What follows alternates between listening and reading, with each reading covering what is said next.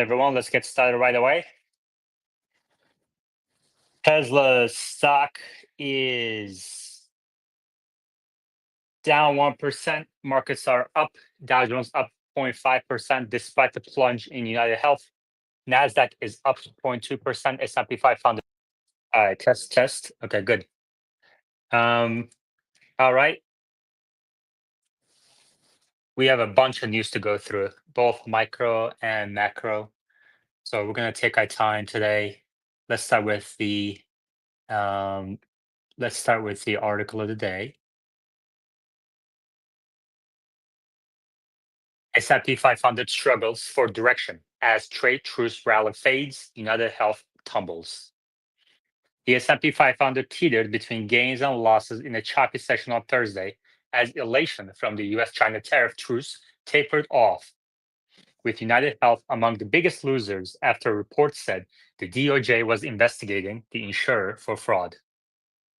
United Health plunged 15% to a 5-year low, dragging on other health insurers such as Humana and Molina Healthcare. The Wall Street Journal reported that the U.S. Department of Justice was conducting a criminal investigation into the company for a possible Medicare fraud. However, United Health said it had not been informed of a criminal probe by federal prosecutors. This is basically the third almost catastrophic event for the stock in the last 3 weeks. Now you got this, just adding fuel to the fire, said John Belton, PM at Gabelli Funds. Executives at retail giant Walmart said the company would have to start raising prices later this month due to the high cost of tariffs, even as its first quarter US comparable sales beat expectations. Its shares fell after it also did not provide a second quarter profit forecast. We're going to look into that a little deeper. Walmart joins a spate of companies across sectors that have either tweaked or pulled their forecasts, signaling that corporate America is hunkering down for tariff-related uncertainties.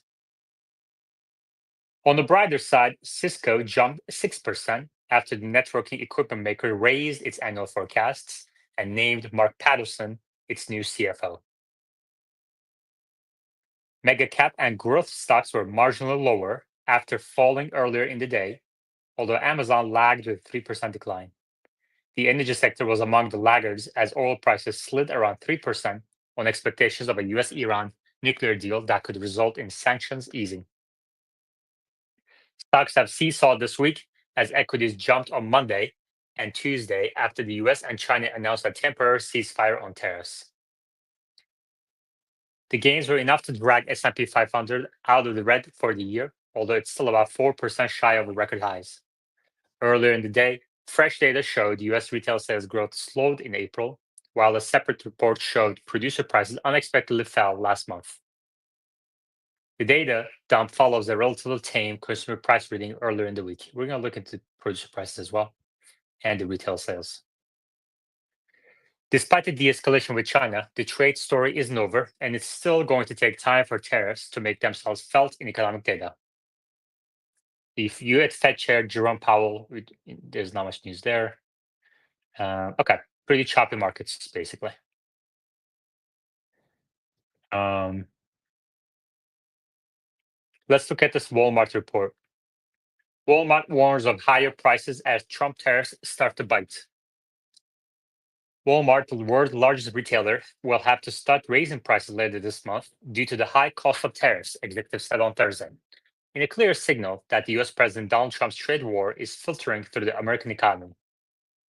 As a bellwether of US consumer health, Walmart's explicit statement is also a signpost for how the trade war is affecting companies, as Walmart is noted for its ability to manage costs more aggressively than other companies to keep prices low.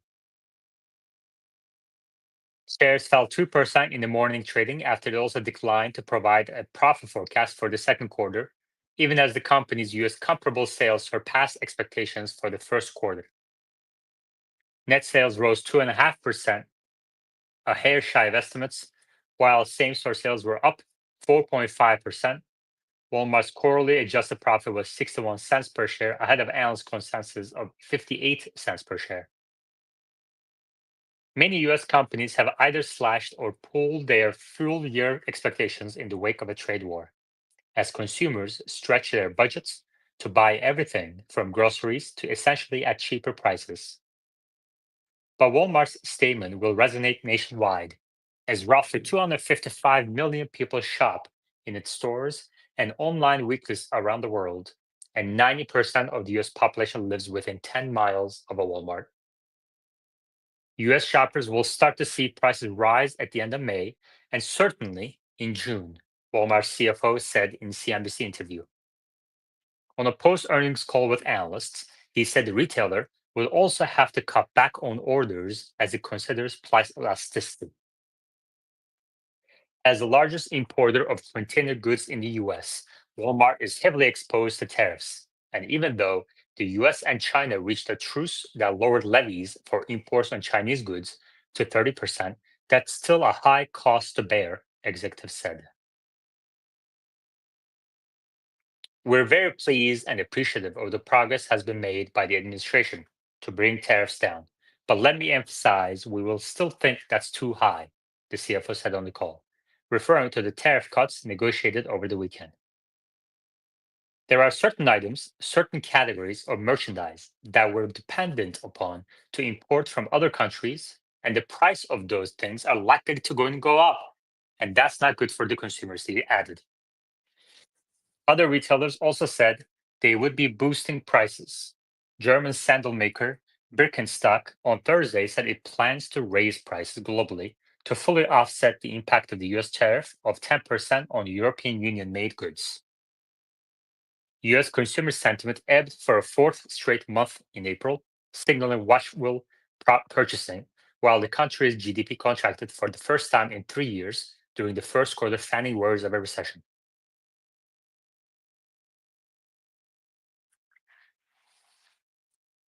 Okay. Narrow margins. Walmart CEO Doug McMillon said the retailer would not be able to absorb all the tariff costs because of narrow retail margins, but was committed to ensuring that tariff related costs on general merchandise, which primarily come from China, do not drive food prices higher. Interesting commitment. To mitigate the impact, Walmart is working with suppliers to substitute tariff affected components, such as replacing aluminum with fiberglass, which is not subject to tariffs. Despite these efforts, the CFO noted that adjusting costs is more challenging in cases where Walmart imports food items like bananas, avocados, coffee, and roses from countries such as Costa Rica, Peru, and Colombia. Analysts said Walmart was better positioned than rivals as its scale enables it to lean on suppliers and squeeze out efficiencies to shield customers from tariffs, but only so much. There will likely be some demand destruction from tariffs. A complete wreck is unlikely, said Brian Jacobson, chief economist at NX Wealth Management. The company on Thursday kept its annual sales and profit forecast intact for fiscal 2026. It continues to expect adjusted EPS for the fiscal year ending in the range of 2.5 to 260, annual sales to rise between 3 to 4%. Same-store sales grew 4.5%, driven by increases in both transactions and unit volumes, the company said. Transactions rose 1.6%, while the average spend at the till rose 2.8%. Analysts are expecting a 3.9% increase in US same-store sales, according to LSEG. E-commerce rose 21%, while globally they rose 22%. This was the first time Walmart's e-commerce business achieved a full quarter of profitability, benefiting from higher margin businesses, including online advertising and its marketplace, the company said. The retailer expects second quarter consolidated net sales to be between 3.5 to 4.5%, compared to expectations of 3.5% growth. But it withheld second quarter operating income growth and earnings per share forecast, citing a fluid operating environment, which makes the very near term exceedingly difficult to forecast at the level and speed at which tariffs could go up. All right.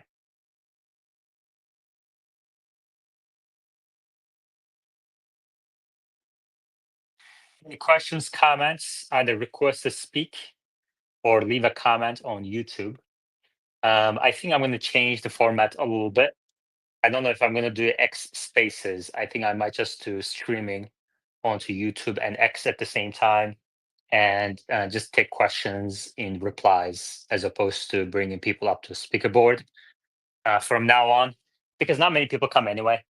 So I think it's probably best to, unless people ask to join ahead of time as a speaker, it's probably just best to keep this very simple 10, 20, 30-minute videos a day. All right. US producer prices unexpectedly fall in April. US producer prices unexpectedly fell in April as the cost of services declined by most since 2009, pulled down by ebbing demand for air travel and hotel accommodation. Actually, that's not the reason why I went.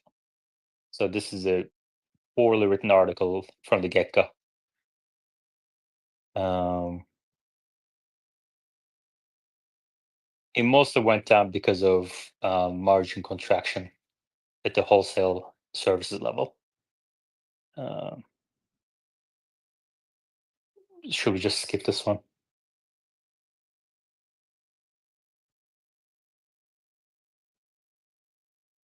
Last month's team reading could see economists downgrade their core PC inflation estimates for April, which are currently around 0.2% increase. The core PC price index was unchanged in March and rose 2.6% year on the year.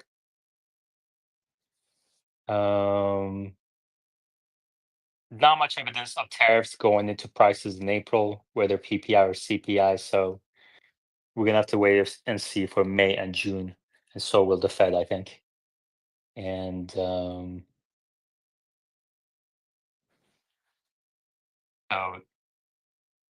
yeah, I expect, it looks like, generally speaking, it looks like inflation was about 3% and consumers weakening heading into these tariff wars. So we'll see how that turns out throughout second quarter.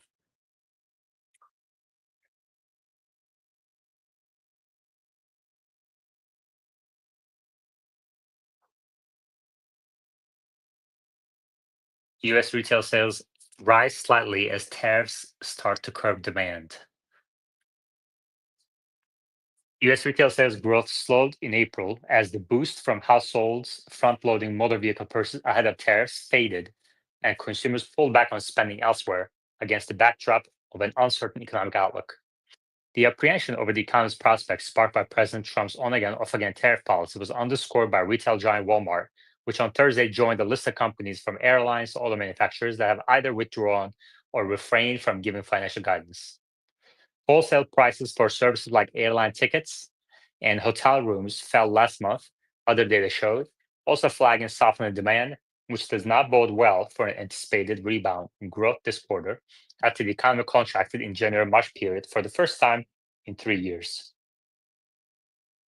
We're now witnessing the first order effects of tariffs on the economy through reduced spending, said Tuan Nguyen, a U.S. economist at RSM US. While the recession is no longer our base case over the next 12 months due to the recent reduction in tariffs, the likelihood has increased that the US economy will experience several quarters of sluggish growth. Retail sales edged up 0.1% last month after an upwardly revised 1.7% surge in March. The Commerce Department's Consensus Bureau said. Economists polled by Reuters have forecast retail sales, which are mostly goods and are not adjusted for inflation, would be unchanged after previously reported 1.5% jump in March. Estimates range from 0.6% decline to a 0.4% gain. Sales at auto dealerships dipped 0.1% after accelerating by 5.5% in March. Receipts at sporting goods, hobby, and musical instrument stores slumped 2.5%, while receipts at miscellaneous store retailers fell 2.1%. Online retail store sales rose 0.2%, while receipts at food services and drinking places, the only service component in the report, increased 1.2 after rebounding by 3% in March. Economists view dining out as a key indicator of household finances. An analysis of Bank of America credit card data suggested Most household remains financially sound thanks to a resilient labor market characterized by low layoffs. Bank of America Institute, however, noted we see some increase in the share of households making only the minimum payments on their credit cards, suggesting building pressures for some households. Hmm. Retail sales, excluding automobiles, gasoline, building materials, and food services, fell 0.2% in April after an upwardly revised 0.5% gain in March.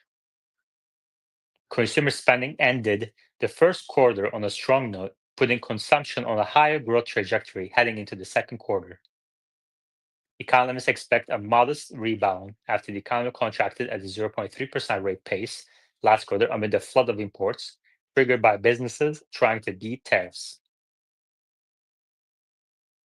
A separate report from the Labor Department showed the producer price index for final demand dropped 0.5% in April as the cost of services declined by most since 2009, pulled down by ebbing demand for air travel and hotel accommodation. In addition to his protectionist trade policy, Trump has cracked down on immigration and repeatedly expressed his desire to make Canada 51st state acquire Greenland. Those actions have followed by a sharp drop in tourism, with lower airline ticket sales and hotel and motel bookings. Wholesale services dropped 0.7%, the largest decline since the government started tracking the series in December 2009, after rising 0.4% in March. Prices for hotel and motel rooms dropped 3.1% after easing 0.5% in March. Portfolio management fees plunged 6.9%, while airline fares fell 1.5%. Portfolio management fees, hotel and motel accommodation, and airline fares are among the components that go into the calculation of the core PCE price index, one of the inflation measures tracked by the Fed for its 2% target. Combined with tame consumer price readings in April, economists estimated that core PCE inflation rose 0.1% after being unchanged in March. Core PCE inflation was forecast to have increased 2.5% on a year-over-year basis in April, after rising 2.6% in March. With retailers like Walmart and automakers like Ford, however, raising prices in response to tariffs, any moderation in inflation is likely to be temporary. Fed Chair Powell warned on Thursday that we may be entering a period of more frequent and potentially more persistent supply shocks, a difficult challenge for the economy and for central banks. Economists expected core PC inflation to peak around 3.6% this year, and the central bank would resume cutting interest rates either in September or December. The Fed left its benchmark overnight interest rate in the 4.24 to 4.5% range earlier this month. That should be 4.25 to 4.5. That's a mistake. Um, okay, so this is very much in line with the theory that inflation was 2.5 on the PC level and 3% on the CPI level heading into tariff war. And Walmart's comment say later in May and definitely by June, we're going to start seeing more price increases. So, I think the Fed will stay put for now. All right, so that's that. Just again, a note again, today's probably the last day I'm posting this space. I think what I'm going to do from now on is to post directly um, as a video on YouTube and X. And so there won't be speakers except if they request to come up for a special episode ahead of time. That's it. That's the only way I think we're going to have speakers from now on. And the format will stay the same. I think the duration will shorten to about 10 to 20 minutes every day, kind of summary of news type of thing.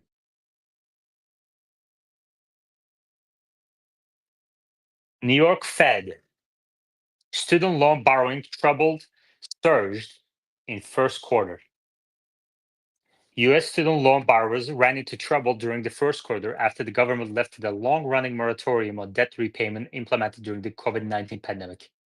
A report from the Fed of New York said on Tuesday. As part of its quarterly review of household debt trends, the bank said that total level credit that had fallen into delinquency rose to 4.2% of outstanding loans from 3.6% in the fourth quarter last year, as part of an ongoing return to pre-pandemic trends. Some 8% of loans in the first 3 months of the year were 90 days or more delinquent versus just 1% in the fourth quarter of 2024. Meanwhile, most other types of borrowing troubles were largely steady in the first quarter relative to the end of 2024. In a blog posting, bank economists wrote that the rise in delinquency rates tied to the return of required student loan payments is a return to the pre-pandemic trend, and they noted the ramifications of troubled student debt level is severe. The surge in student loan delinquencies was not a surprise given the end of the 43-month payment pause, which had led to a large decline in troubled loans. A governmental ramp to return to payments ended in October, and as of the first quarter, the bank said troubled loans are concentrated in southern states, with older borrowers dominating the delinquent loans. Interesting. The New York Fed economist noted the troubled student loan situation will bring economic pain amid some uncertainty about how the situation will play out. Millions of borrowers face steep declines in their credit standing, which will increase borrowing costs or severely limit their access to credit like mortgages and auto loans, the bank's blog posting said. It's unclear whether these penalties will spill over into other credit products. That said, the New York Fed researchers cautioned that some borrowers may have been caught off guard by the return to payments and may sort themselves out quickly. It could take several quarters to get a clear read on the student loan delinquency situation, they said. In a report from early May, Morgan Stanley economists said renewed debt payments will likely slow growth marginally and add to a challenging outlook.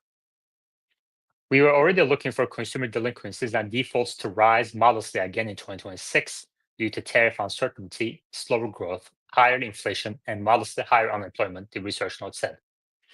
Higher cash outflows for student loans and default collections increase the risk from here. The Trump administration said late last month it will aggressively work to ensure student loans are repaid, targeting 5 million borrowers who they say are in default and 4 million who are late on their loans. Education Secretary Linda McMahon said that American taxpayers will no longer be forced to serve as collateral for irresponsible student loan policies. The Biden administration sought to release many borrowers from their student loan burdens during the pandemic, but was regularly overturned by courts in that effort. The New York Fed said in its release there has been a modest acceleration of mortgage debt moving into serious delinquency during the first quarter relative to the prior period. But bank researchers said they don't foresee any looming crisis on this front amid tight bank lending standards and strong levels of home sector equity levels. More broadly, the New York Fed researchers view the overall state of the household balance sheet as standing in a pretty solid situation. The data for the first quarter captured a period of rising uncertainty and souring public moods as President Donald Trump's tariff regime has scrambled the economic outlook. During that period, economists upped projections of recession odds while the forecasting reacceleration of all the stuff. The New York Fed report also showed that total household debt levels in the first quarter rose 1% to $18.2 trillion versus the prior quarter. Mortgage balances rose 199 billion to 12.8 trillion, and credit card balances fell 29 billion to 1.2 trillion over the same period. So the mortgage market is 10 times the size of the credit card market. And then the student loans are about 1.6 trillion. So it's all about housing, really. Total loan balances ticked down to 1.64 trillion, down 13 billion from the prior quarter. The New York Fed noted the decline in outstanding levels was only the second time that's happened since the second quarter of 2011. Okay.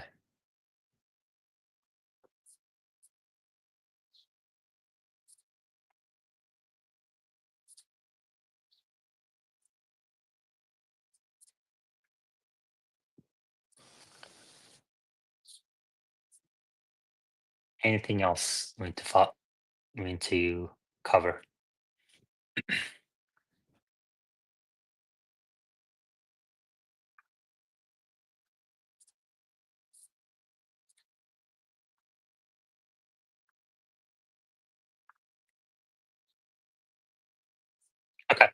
That's it.